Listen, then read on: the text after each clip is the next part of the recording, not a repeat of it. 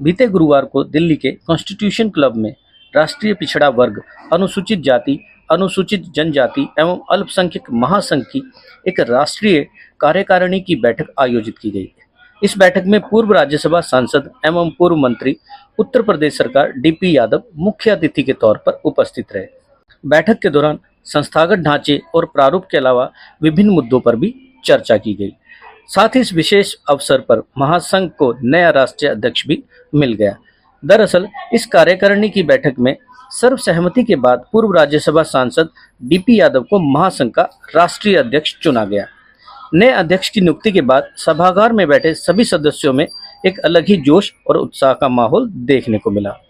सभी राज्यों से आए हुए सांसद, पूर्व सांसद, विधायक व अन्य सभी पदाधिकारियों ने गर्मजोशी के साथ नए राष्ट्रीय अध्यक्ष का न केवल जोरदार स्वागत किया, बल्कि अपने संबोधन के माध्यम से संस्था की आगे की लड़ाई में अपने योगदान को निभाने की प्रतिबद्धता का भी संकल्प लिया।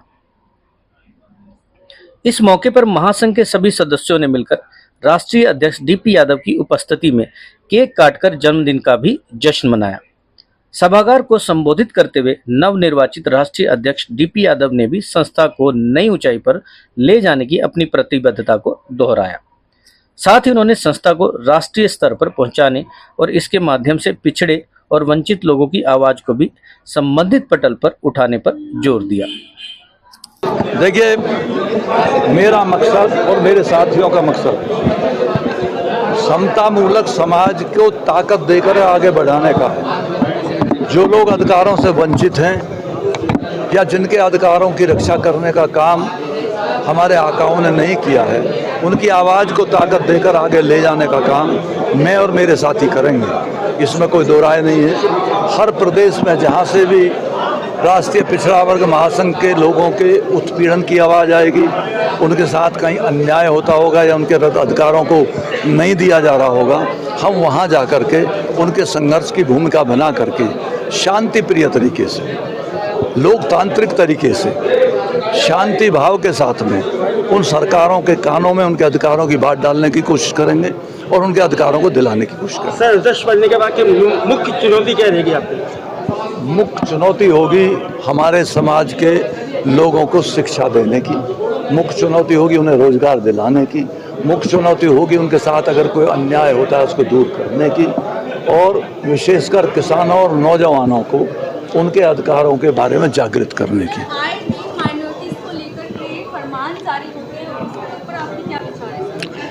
देखिए, लोकतंत्र है और लोकतंत्र में किसी भी ऐसी बात को स्वीकार नहीं किया जा सकता जो किसी का उत्पीड़न करता हो या किसी के साथ अन्याय करता हो। मूल भावना इस देश के प्रति राष्ट्र प्रेम के साथ में जिन लोगों की है, उनको ताकत मिलनी चाहिए, उन्हें आगे बढ़ने का मौका मिलना चाहिए।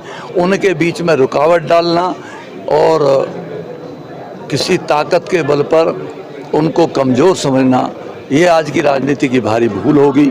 इसको दूर करके, सुधार करके और मना करके शांतिपूर्ण ढंग से हम उनकी बातों को लागू कराने की कोशिश करेंगे। बीते दिनों कुछ अखबारों के माध्यम से पता चला कि संगठन में कुछ नई चीज़ें हो रही है, इस बारे में आपका क्या कहना है? संगठन में तो नई चीज़ होनी चाहिए। परिवर्तन कुदरत का अटल नियम है, उसे कोई रोक नहीं सकता। इसलिए परिवर्तन हर जगह अवसंभावी है, होना चाहिए। परिवर्तन अगर संगठन में भी होता है तो वो भी अच्छी बात है। और लगातार किसी एक देश पर एक ही आदमी की सत्ता अगर चालू हो जाए तो वो सत्ताधारी निरंकुश हो जाते हैं। उनमें टाइम टू टाइम, समय समय पर उनके विचारों में बदलाव, उनके विचारों में सुधार और उन इंसानियत के विचारों को लागू कराना, ताकत देना हर उस देश के बासिंदे का काम है जो उस देश में ज़िंदगी जीता है। एक नए एनडीसी संगठन की तैयारी चल रही है। मैं समझता हूँ कि बहरूपिये तो हर जगह होते हैं, वो अपनी आमद कहीं भी करा देते हैं। उसके ना हम लोगों ने कभी चलाया है न चलाएंगे। हम लोग ईश्वर का नाम लेकर के इंसानियत में यकीन करने वाले लोग हैं। मैं एक स्वतंत्रता सेनानी बाप का बेटा हूं और स्वतंत्रता की उन खून की बदौलत जो सेनानियों में रहती है, उसी की बदौलत हम आगे बढ़ने का काम करते हैं।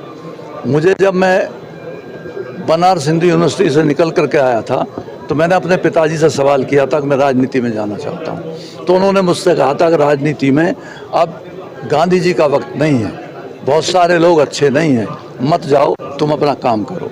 मैंने उनको यकीन दिलाया कि मैं अच्छा काम करूंगा, तो उन्होंने कहा कि अगर तुम नहीं मानते, राजनीति में जाना चाहते हो, तो मेरी दो बात मान लेना कि एक तो कभी भी चाहे तुम सड़क पर नंगे पैर खड़े रह जाओ, लेकिन ज़िंदगी में कभी बेईमानी मत करना। और दूसरे, अगर तेरे कान में कभी किसी गरीब के साथ हो रहे अन्याय की आवाज़ आ जाए, तो अपनी जान पर खेल करके भी उस गरीब की रक्षा करने का काम करना, उसे ताकत देने का काम करना। संगठन विस्तार की प्रक्रिया कब? संगठन विस्तार की प्रक्रिया करीबन हम 2 महीने में पूरे कर लेंगे।